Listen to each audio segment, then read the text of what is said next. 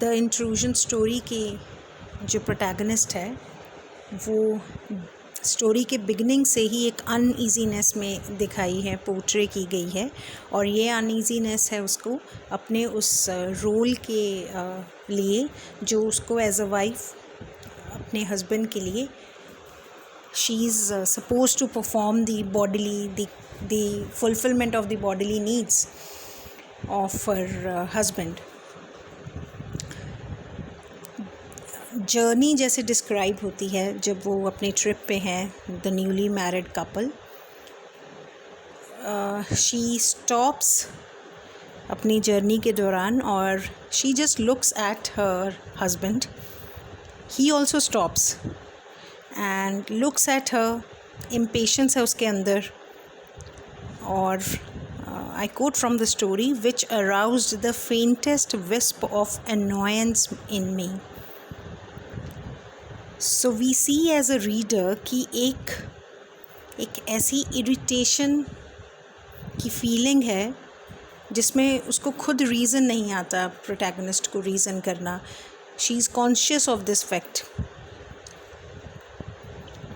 There is resistance in the heart of the protagonist कहानी की शुरुआत से ही, क्योंकि जैसे वो वॉक पे भी जाते हैं वहाँ सैंड पे, so he holds her arm to help her ताकि वो सैंड में वॉक कर सके।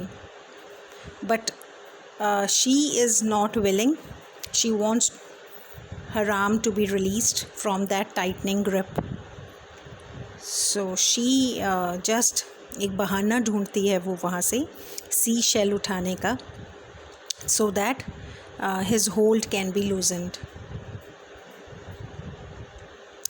So even when they are in the room, एक हमेशा से कोशिश है प्रोटैगनिस्ट की कि she should be away, she should not look at the man, the husband,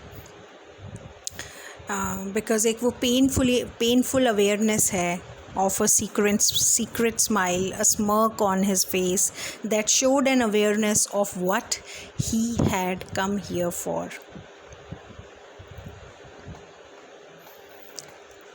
So we see that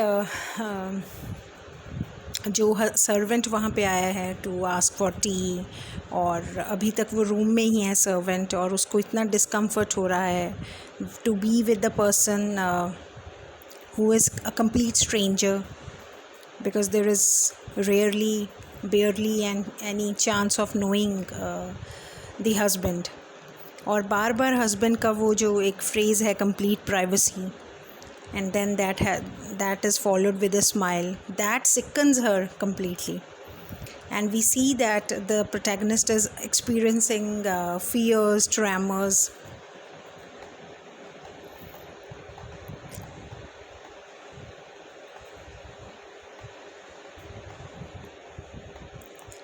So when we see the story, now that we have done the story in detail, इस title का जो justification है, because this story is not about the outer journey, it is not only about the outer space, it talks about the inner spaces also. Relationships में there are spaces.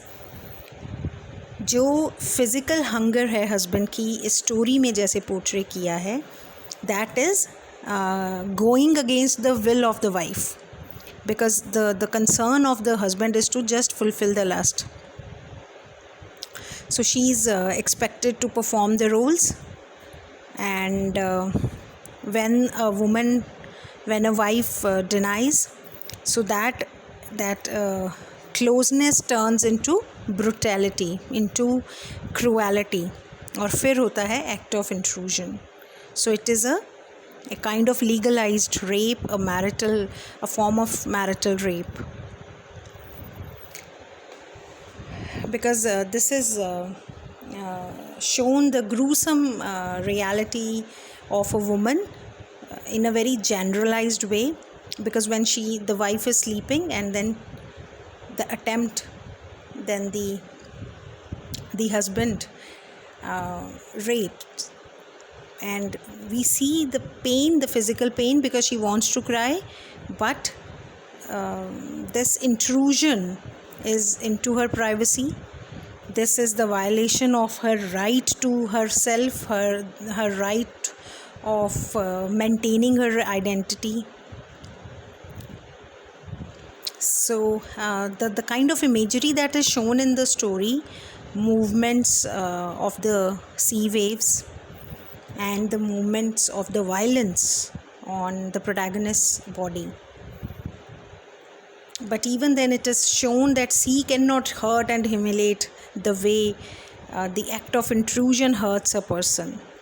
So we see the selfishness of the husband here, and that becomes the selfishness of fulfilling the lust. It becomes the act of intrusion. So when we generalize, we in the answer also, the story, the intrusion, it shows the appalling experience, cruel experience of a very helpless married woman, and the novelist, the short story writer Shashi Deshpande, वो voice out करती हैं उस domestic issue को.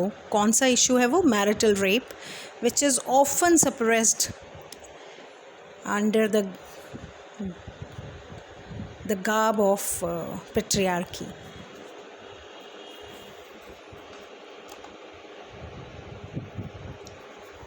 हम जितने contemporary Indian women writers की बात करें, इंग्लिश में जो इंडियन वुमेन राइटर्स हैं, Shashi Deshpande stands out as a major name.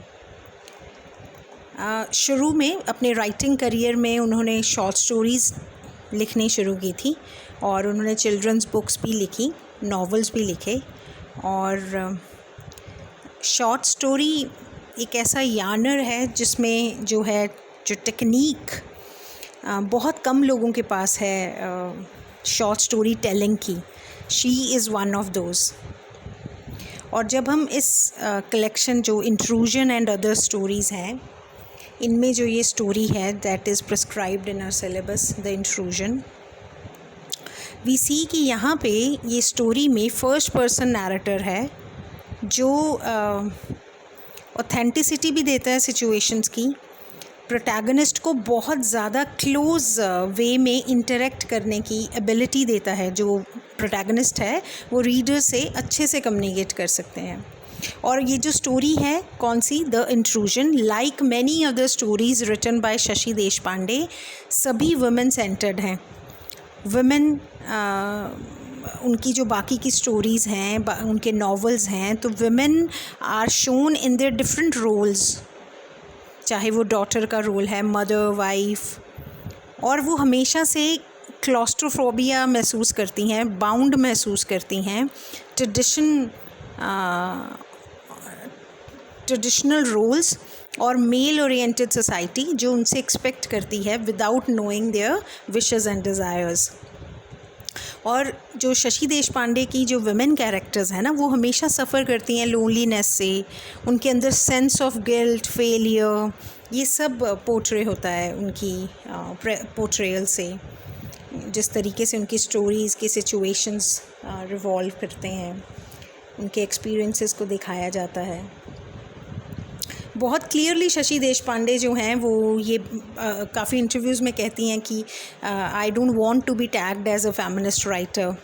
और मैं जो शशि देशपांडे हैं, शी ऑल्सो सेज़ कि मैं वो स्पोक्स वुमन नहीं बनना चाहती कि मैं Indian middle class Indian women की जो हालात हैं, जो प्रेडिकामेंट हैं, उनको ही स्पोक्स पर्सन बनूं. मेरा वो इंटेंशन ही नहीं है. लेकिन she writes what she observes, और वो अपनी शॉर्ट स्टोरीज़ और नॉवेल्स के ज़रिए सोशल रियलिटी को पोर्ट्रे करती हैं.